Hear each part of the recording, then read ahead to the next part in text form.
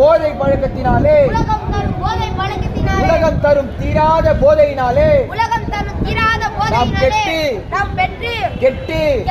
மரித்து நரகத்துக்குள்ளாக போகிறோம். மனிதன் கெட்டு அழிவது இயேசுவுக்கு சித்தமில்லை.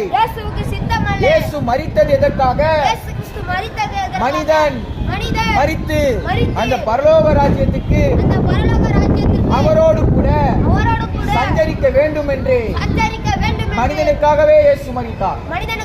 ஆனால் மனிதனோ போதை வஸ்துக்களை தேடி, விபச்சாரங்களை தேடி, வேசித்தனத்தை தேடி, விக்கிரக ஆராதனையை தேடி, களவுகளை தேடி செல்லுகிறார்.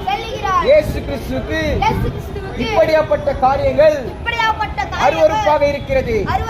இதுவே நம் குடும்பத்தில் உள்ள ஆசீர்வாதங்களை